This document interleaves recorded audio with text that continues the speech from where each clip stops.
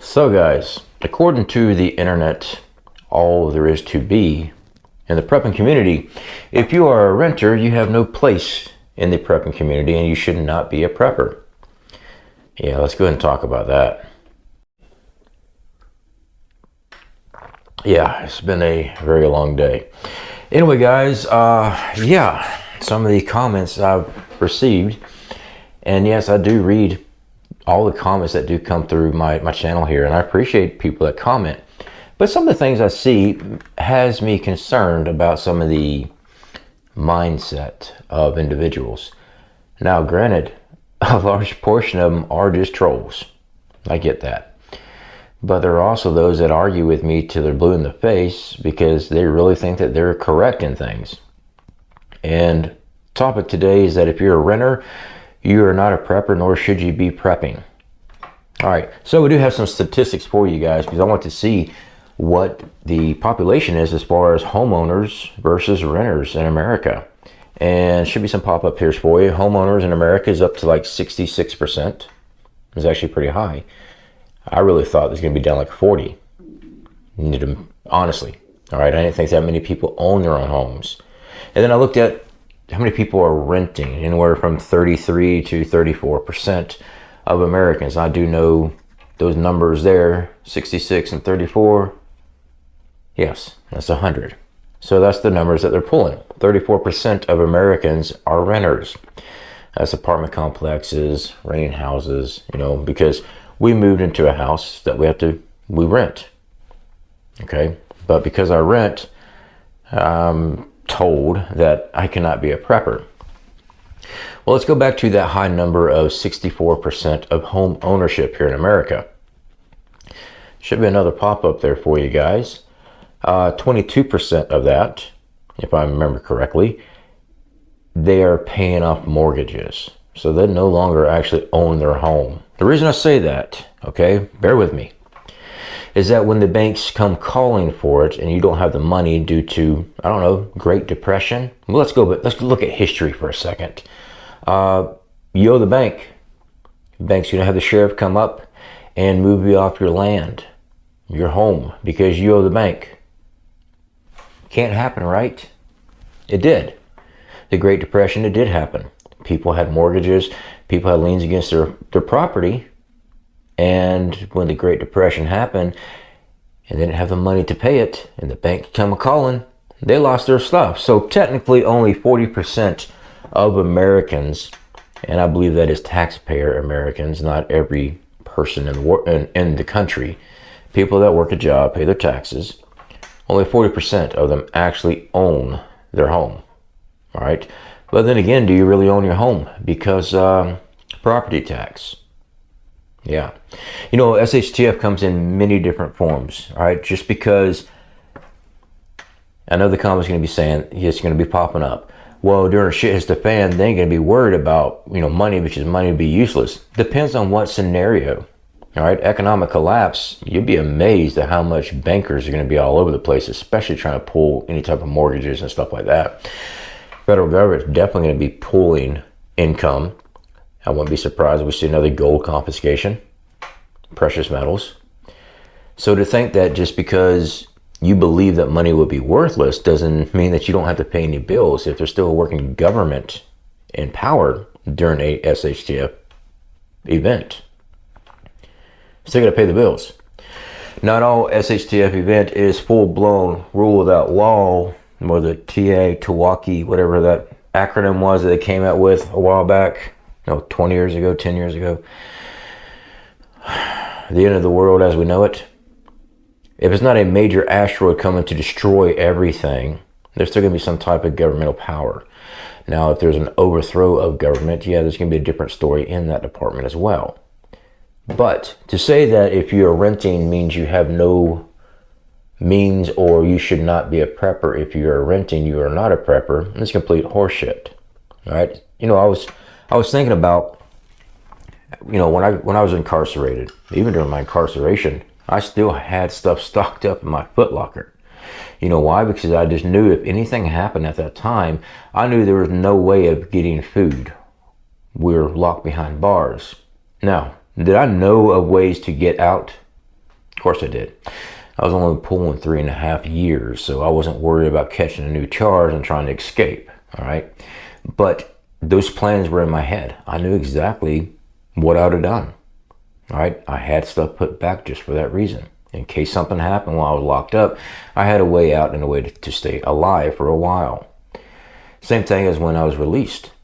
When I got released, I got sent to a halfway house, all right?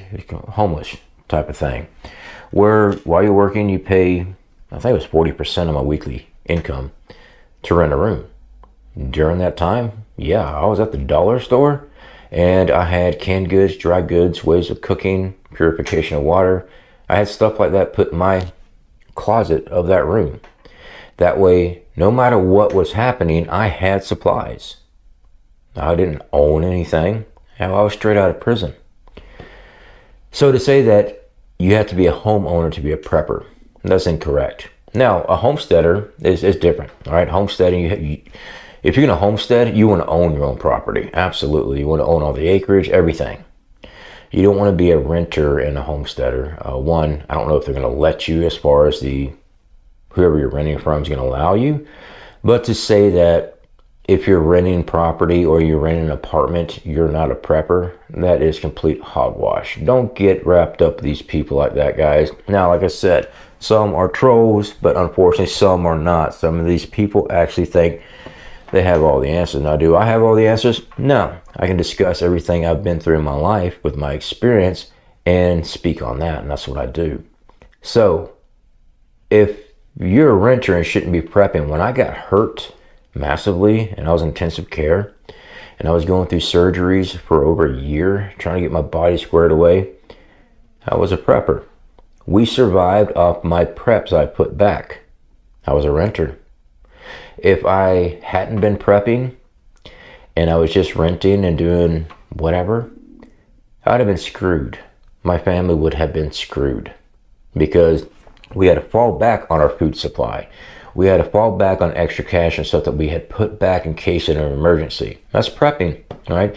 Some call it a savings account. I call it a, business transaction account. When things go bad, you got to have that money to get bills paid. You got to be able to pay your car insurance, all that stuff. You got to have stuff put back. You put stuff back, guys, you're a prepper. It doesn't mean that you can't be because you're renting. That's the stupidest asinine shit I have ever heard. So the other one is prepping is too expensive.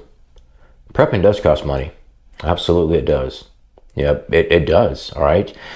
Whether you are growing your own stuff, whether you're canning your own stuff, all that stuff costs money. As far as canning supplies, everything you need for that. As far as seeds and fertilizer and pesticides and everything else you need to grow a garden, yeah, it costs money. Of course it does. Loading up stuff, stockpiling, it costs money. Absolutely. What we do, and what I've been trying to show on this channel many times, is that you cut out things in your life that are frivolous, you don't need. Quit going to Taco Bell. Quit going to Burger King. Fast food places. Make your own food at house. You don't have to starve. You're still eating 3 meals a day. Make your own stuff. Cook your own stuff. Now, price of food is getting up there, but it's still cheaper than going to McDonald's every day or whatever, which is not healthy for you at all. It ain't. Just an idea. Do you really need to have a brand new car every couple years? No, you don't. But that's up to you, whatever you need to do. I like having an older vehicle because I can fix it right in the yard at a drop of a hat. How are you doing with that when your stuff? You got to go either contact a dealership and hope to God that your warranty covers it, or if not, now you're going to have to go lease something else. And yeah, well, whatever, to each their own. Having a dependable vehicle, yeah, that's important. Absolutely. Can you survive without it? Well, during shit hits the fan, depends on the scenario. Yeah, you can. Other scenarios, you might need to get out of Dodge. I mean, big time. Let's say that you live where a nuclear power plant is and it's going to melt down. It'd be nice to be able to get in the vehicle and get the hell out of there, wouldn't it? Or you plan on just trying to walk out. Well, if you're planning on just trying to walk out, I would recommend you know, gas masks, radiological suits, things like that. You know, those things that people say you don't need as a prepper. Yeah, there's a scenario for it. Absolutely. But back to prepping costs too much. That sense of instant gratification I see from people. That's the issue. That's the problem. You have to make sacrifices to build up stocks. You have to make sacrifices to purchase certain things. Unless you're Rockefeller, and I know I'm not, I'm pretty sure the rest of y'all aren't, you've got to budget in prepping. That's what we do. So guys, I just want to encourage you to continue. I don't care where you go get food or supplies, if it's the dollar store, Walmart, Target. If you're going to Trader Joe's, I don't know why, but if that's what you're doing, hey, more power to you. I try to stretch my dollar as much as possible, but I also try to get good quality gear when it comes to survival gear and stuff like that. I don't really mess around too much with a lot of online companies. You know, I do reviews for some solar companies and stuff like that. Some are on Amazon. I have to take a look at them, make sure they're actually worth investing in. And some of them are decently priced. You don't have to buy anything I show you. I just show you what we're testing out. It's up to you what you want to do with it. I'll look at it, tell you if it's good, if it's not, what I'm planning on using it for. So with all that, guys, just keep prepping. Don't let the naysayers or whatever get to you, because your responsibility is to take care of your family, not them. They're not going to take care of you or your family. So when they're doing that stuff, ignore them. All right, guys. Speak to y'all later.